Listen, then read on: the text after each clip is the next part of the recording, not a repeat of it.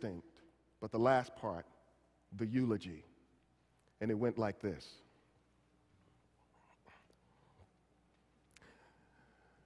Every now and then I ask myself, what is it that I would once said? And I leave the word with you this morning. If any of you are around when I have to meet my day, I don't want a long funeral.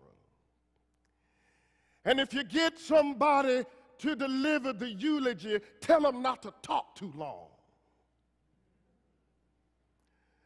Every now and then I wondered what I'd want them to say. Tell them not to mention that I have a Nobel Peace Prize. That isn't important. Tell them not to mention that I have 300 or 400 other awards. That's not important. Tell them not to mention where I went to school.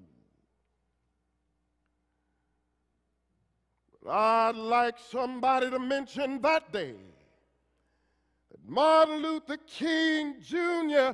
tried to love somebody. I'd like for somebody to be able to say that day that I did try to clothe the naked.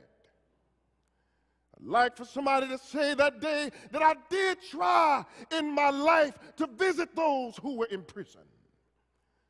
I'd like for somebody to say that day that I tried to be right on the war question. I'd like for somebody to say that day that I tried to love and serve humanity. Yes, if you want to say that I was a drum major, say that I was a drum major for justice, that I was a drum major for peace, that I was a drum major for righteousness. And all of the other shallow things would not matter. I won't have any money to leave behind. I won't have none of the fine and luxurious things of life to leave behind. I just want to leave a committed life behind. And that's all I want to say. If I can help somebody as I pass along, if I can cheer somebody with a word of song, if I can show somebody he's traveling wrong, then my living will not be in vain.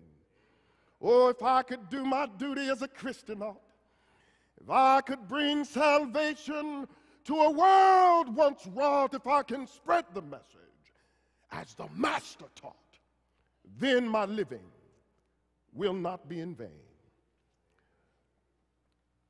2 months later,